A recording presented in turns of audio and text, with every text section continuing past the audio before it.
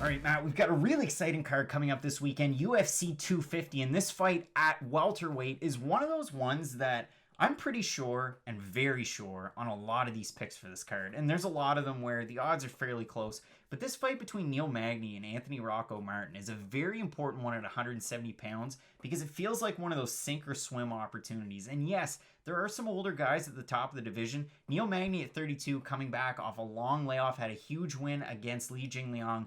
Anthony Rocco Martin has had some big wins so far. Yes, he didn't beat Demian Maia, even though one of the judges scored it a draw, 28-28.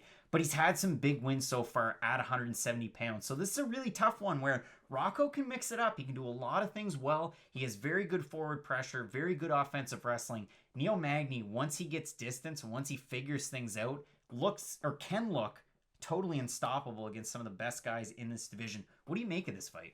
The only guys who beat Neil Magny are top five guys with insanely heavy hands. I mean, the last two losses that really stand out. He lost to Lorenz Larkin at UFC 202 on the prelims, which is crazy. And Larkin did what kind of the blueprint's been made to beat Neil Magny. Chop his legs down. He doesn't check leg kicks at all. He doesn't react to leg kicks very well either. And there is kind of a difference between the two. For instance, Uriah Faber got leg kicked 400 times by Jose Aldo. Kept on going forward, though. Didn't really bother him. But when you look, here's a great example. Gilbert Burns, Tyron Woodley. Gilbert Burns hit him with 3, and Tyron Woodley started to limp. And I'm not doubting how hard Gilbert Burns kicks. I'm sure he kicks like a mule. But you can just tell that different fighters kind of react differently to that sort of pain. And Neil Magny doesn't react to that all that well.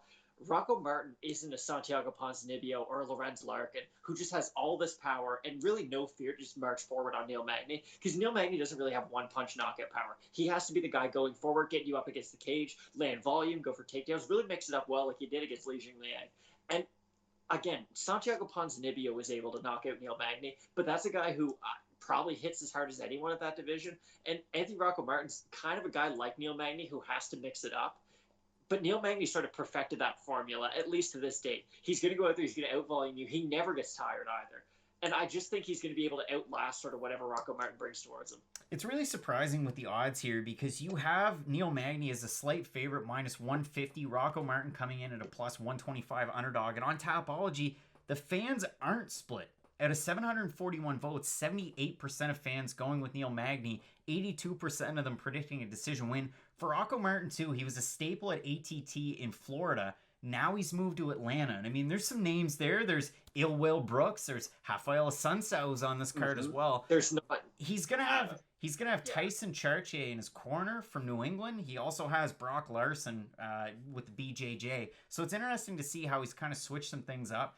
But I think all of that favors Neil Magny, a guy who trains at Elevation, who's been there for a very long time, former U.S. Special Forces member. And what does that bring to this table? A little bit. The elevation definitely helps. It's going to be a really weird fight week where you're quarantined in your hotel for the majority of the time. But I really do think that Neil Magny, in terms of switching it up with the striking, if it gets into a clinch position, a lot of the guys that Rocco's fought in the past struggle with those types of positions. They really do. And Rocco excels. But Neil Magny's not one of those guys.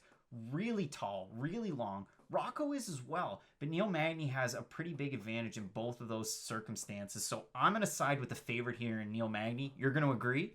100%. Probably by decision. I don't see him getting the finish because Martin A is quite hard to finish. And Neil Magny, it's not like he's a thunderous puncher or he's that good at jiu-jitsu in a finishing sense. Yeah, he's a phenomenal striker and a phenomenal grappler, but he really is good at outlasting his opponent, just doing more than they're able to do, and I just see that going. Same here. Really looking forward to the rest of the card. 5 minutes for our main event. Felicia Spencer challenging the greatest of all time, Amanda Nunes.